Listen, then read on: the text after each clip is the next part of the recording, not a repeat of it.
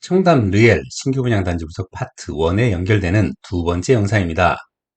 파트 2에서는 기타 단지 세부 상황과 분양 물량에 따른 청약 전략에 대해 알아보겠습니다. 끝까지 시청하시고 도움이 되시길 바랍니다.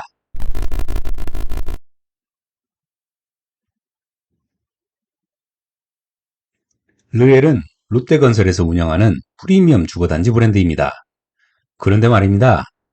공정이 60%나 진행된 후에 분양하는 단지로 일반 분양 상품의 고급화가 아쉽습니다.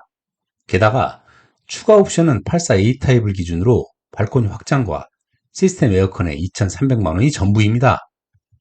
심지어 현관 중문 옵션도 없어서 많이 아쉽습니다. 문제는 기본 마감 수준이 고급 브랜드 단지와는 다소 거리가 있어 보인다는 것입니다. 공사비 협상에 어려움을 겪은 터라 상품 고급화보다는 분양성에 문제가 없다는 판단에 원가 절감 위주의 정책을 시행한 것으로 보입니다. 눈에 보이는 마감재 고급화 외에 주택에 성능적으로 가늠해 볼 수 있는 건 어떨까요? 최근 들어서 층간소음에 대한 소비자의 불만 및 요구 수준은 점점 더 높아지고 있는 추세인데요. 층간소음을 줄이기 위한 제도적인 규제도 한층 강화되고 있습니다. 최근에는 500세대 이상 공급할 때 그 성능 등급을 공개하도록 제도화되어 있어 살펴보게 되면요.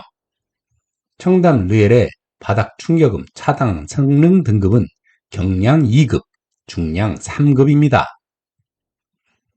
최근 서울에서 분양한 단지와 비교해서 보면 상대적으로 높다고 하기 어려운 등급입니다. 프리미엄 브랜드를 지향하는 브랜드의 상품 전략치고는 다소 아쉬운 게 사실입니다. 뿐만 아니라 분양정보 홈페이지도 기존의 롯데캐슬 브랜드와 같은 홈페이지에서 원오브댐으로 소개하는 것 같아 야심찬 럭셔리 프리미엄 브랜드라는 이미지를 느끼기가 좀 어렵습니다.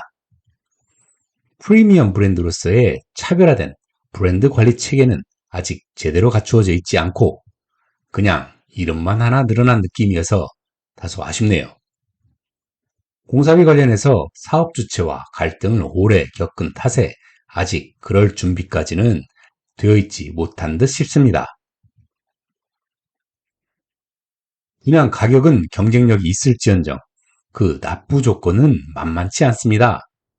당장 계약금 20%에 중도금 30%씩 2회, 그리고 내년 말에 바로 잔금입니다. 84 타입을 기준으로 계약금으로 현금이 5억은 당장 있어야 합니다. 만약 중도금 대출이 안 되거나 일부만 된다면 중도금을 잔압하기에 상당히 부담스럽습니다. 더 우려스러운 것은 최근에 정부의 태도가 헷갈린다는 것입니다. 따라서 중도금 대출 은행에 본인의 신용 상태로 대출 가능 여부를 확실히 확인하고 청약을 해야 하는 부담이 커진 상황입니다. 시장이 과열된다는 인식이 퍼지면 당장 수요를 규제하고 가장 손쉬운 것이 금융 규제이기 때문에 레버리지를 활용해야 하는 서민의 피해가 즉각적이고 이는 고스란히 현금 부자의 반사이익으로 돌아가는 구조인 현실이 매우 안타깝습니다.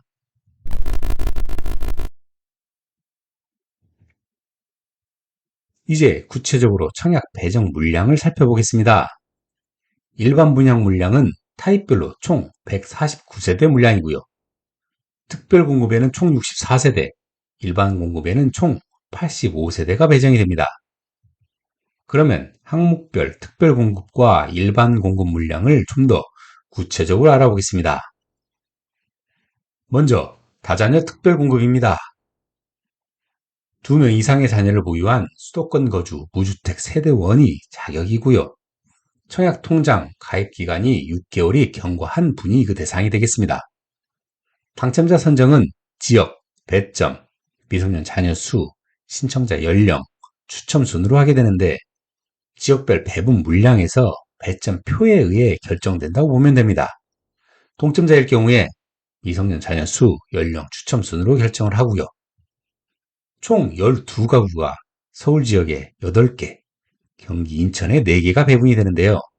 서울 지역 신청자 중에 낙첨자는 인천 지역, 경기 인천 지역과 다시 경쟁하게 됩니다.